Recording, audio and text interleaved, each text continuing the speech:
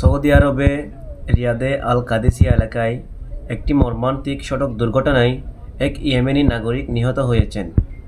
জানা গেছে তিনি রাস্তা পার হবার সময় আসা গাড়ির দিকে খেয়াল করেননি। এই সময় একটি গাড়ি তাকে ধাক্কা দিলে সেই ঘটনাস্থলে প্রাণ হারায়।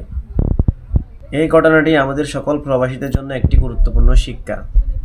সৌদি আরব সহ বিশ্বের যে কোনো দেশে রাস্তা পার হবার সময় অবশ্যই ট্রাফিক সিগন্যাল ও নিয়ম ক্রসিং ব্যবহার করতে হবে।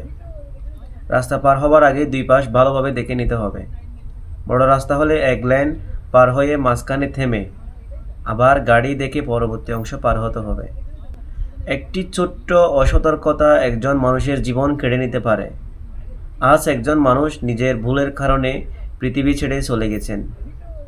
তার পরিবার পরিজন গভীর শোকাহত, আর মরদেহ দেশে পাঠানোর প্রক্রিয়া তাদের জন্য কষ্টকর বিষয় হয়ে দাঁড়িয়েছে।